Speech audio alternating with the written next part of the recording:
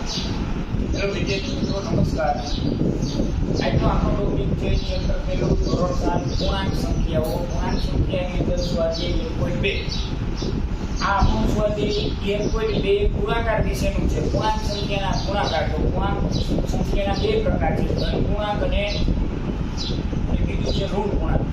તો ધન પૂર્ણાંક અને ઋણ પૂર્ણાંકના ગુણાકાર વિશેની વાત છે. આની અંદર પહેલો દાખલો છે 3 ગુણ્યા -1. તો 3 છે ધન પૂર્ણાંક, -1 છે ઋણ પૂર્ણાંક.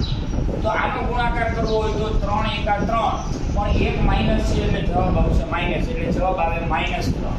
આના પછીનો બીજો દાખલો છે -1 ગુણ્યા 225. કોઈ પણનો એક સાથે ગુણાકાર કરો એટલે જવાબ મળે સંખ્યા પોતે, એટલે 225. અને સાથે સાથે જવાબમાં માઈનસ આવશે, કારણ કે એક સંખ્યા માઈનસ છે 1. આના સિવાય ત્રીજો દાખલો 21 ગુણ્યા -30.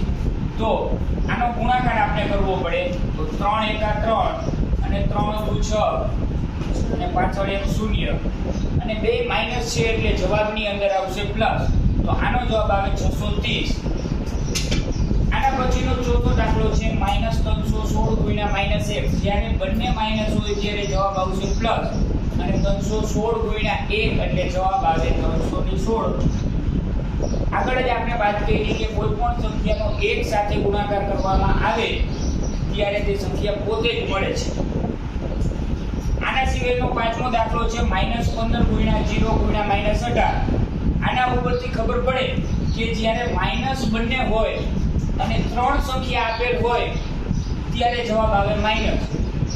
પરંતુ આની અંદર છે કે -15 ગુણ્યા 0 પહેલા આગળની બે સંખ્યાનું સાદુરૂપ આપવું પડે. -15 ગુણ્યા 0 નો જવાબ આવે 0, કારણ કે કોઈ પણ સંખ્યાનો 0 સાથે ગુણાકાર કરવામાં આવે ત્યારે જવાબ મળે છે 0. પરંતુ પાછળની સંખ્યા છે 0 ગુણ્યા -18. તો 0 ગુણ્યા -18 કરવામાં આવે તો કોઈ પણનો હમણાં વાત કરી એવી જ રીતે કે કોઈ પણ સંખ્યાનો 0 સાથે ગુણાકાર કરવામાં આવે ત્યારે તમને જવાબ 0 જ મળે છે. આ રીતે -15 ગુણ્યા 0 ગુણ્યા -18 નો જવાબ મળે 0. આના પછીનો છે કે છઠ્ઠો દાખલો -12 ગુણ્યા 11 ગુણ્યા 10. તો આની અંદર આપણે પહેલા તો રકમ જોવી પડે કે -12 ગુણ્યા -11 ગુણ્યા 10. આનો મતલબ એવો થાય કે 10 સાથે ગુણાકાર એટલે પહેલા આનું સાદુરૂપ આપવું જોઈએ. આના પછીનું બીજું છે -12 ગુણ્યા અહીંયા 11 ગુણ્યા 10 એટલે -110. અહીંયા 11 માઈનસ છે અને 10 છે પ્લસ, એટલે જવાબ મળશે -110. આનો આપણે ગુણાકાર કરવો પડે. સીધો ગુણાકાર ન આવે તો સાઈડની અંદર આપણે ગુણાકાર કરી લેવો જોઈએ કે 110 ગુણ્યા 12 તો બે રકમનું 16 અને 1 ગુણ્યા 0 1 1 આ 0 2 2 તો 0 2 3 1. તો આનો જવાબ મળશે 1320. તો આ સંખ્યાની અંદર બંને માઈનસ છે તો તમને જવાબ મળશે પ્લસ, તો આનો જવાબ આવે 1320. આના પછીનો દાખલો સાતમો દાખલો છે 9 ગુણ્યા -3 ગુણ્યા -6. આનો મતલબ એવો થયો કે પહેલા ધન સંખ્યા છે, બીજી ઋણ સંખ્યા છે. તો ધન સંખ્યા અને ઋણ સંખ્યાનો ગુણાકાર કરવામાં આવે તો જવાબ આવે ઋણ. તો 9 તેરીને 27 એટલે -27, અને સાથે સાથે ગુણાકારના સંબંધમાં -6 છે. તો આનો ગુણાકાર કરવો પડે. બંને માઈનસ થી અને જવાબની અંદર આપણે મળશે પ્લસ. આનો ગુણાકાર સીધો ડાયરેક્ટ તમને ન આવડતો હોય તો સાઈડની અંદર આપણે ગુણાકાર કરી લેવો જોઈએ. તો 27 ગુણ્યા 6 6 સતા 42 નો બગડો વત્તા 4 6 દુ 12 2 14 15 ને 16. તો આનો જવાબ મળશે 162. તો આપણે શા માટે પ્લસમાં જવાબ મળ્યો?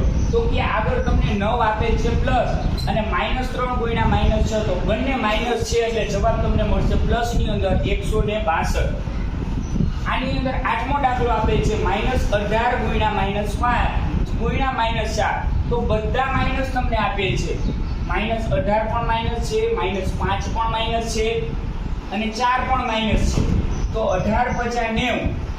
આપણે શું કામ એનું પહેલું સાદુરૂપ આપવું જોઈએ? કારણ કે 0 ને લગત સંખ્યા મળે છે એટલે ગુણાકાર કરવામાં તમને સરળતા રહે. આના માટે 18 50 90 પહેલા આપણે કર્યું. આગળના દાખલાની અંદર 11 × 10 કર્યું. શું કામ? કે આપણે 0 સંખ્યા મળે એટલે ગુણાકારની અંદર આપણે સરળતા રહીએ. આના માટે આવું આપણે કરીએ છીએ. તો 18 × 50 90 બે ઓછા છે, જવાબ આવે વત્તા. તો 18 × 50 90 આવ્યા વત્તા ગુણ્યા આ પાછળની રકમ જે હોય તે લખી નાખવાની. તો અહીંયા આપણે 0 છે, 9 નો ગુણાકાર 4 સાથે કરવાનો, પરંતુ 90 પ્લસ છે અને 4 માઈનસ છે એટલે જવાબ મળશે માઈનસ. તો 9 ચોક થાય 36.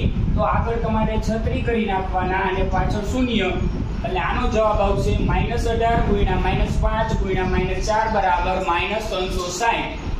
આના પછીનો દાખલો છે, પરંતુ 8મા દાખલાની અંદર જોઈએ તો આપણે 3 વસ્તુ જ્યારે માઈનસ હોય ત્યારે જવાબની અંદર માઈનસ મળે છે, પરંતુ જ્યારે 2 વસ્તુ માઈનસ હોય ત્યારે જવાબની અંદર પ્લસ મળે છે.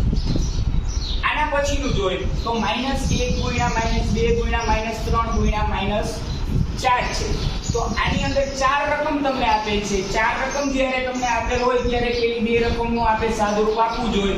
તો 1 ગુણ્યા 2 નો જવાબ આવે 2, કારણ કે બંને માઈનસ છે એટલે જવાબ મળશે પ્લસ ની અંદર અને જવાબ આવ્યો +2. ગુણાકારની અંદર આ બંનેનું સાદુરૂપ આપો. 4 તેરીને 12 થાય, પણ 1 માઈનસ છે, 4 પ્લસ છે અને 3 માઈનસ છે એટલે જવાબની અંદર આવશે 4 તેરી -12. હવે શું વધ્યું? તો કે 2 ગુણ્યા -12 વધ્યા. તો 12 અને 2 નો ગુણાકાર કરવામાં આવે તો જવાબ આપણે 24 મળે છે, પરંતુ એક માઈનસ છે એટલે જવાબ આપણે -24 મળશે. આના પછીનો દાખલો આના જેવો જ છે 10મો, કે -3 ગુણ્યા -6 ગુણ્યા -2 ગુણ્યા -1. આનો મતલબ એવો થયો કે 4 એ 4 સંખ્યા માઈનસ છે. તો 4 એ 4 સંખ્યા માઈનસ હોય તો પ્રથમ બે સંખ્યાની જોડી બનાવી, આ સંખ્યામાં જે બે સંખ્યા મળે તે સંખ્યાનો ફરી ગુણાકાર કરવામાં આવે તો આપણે આ આખા દાખલાનો જવાબ મળી જાય. 6 તેરી 18. તો 18 લખવાના, બંને માઈનસ છે, જવાબ આવે વત્તા.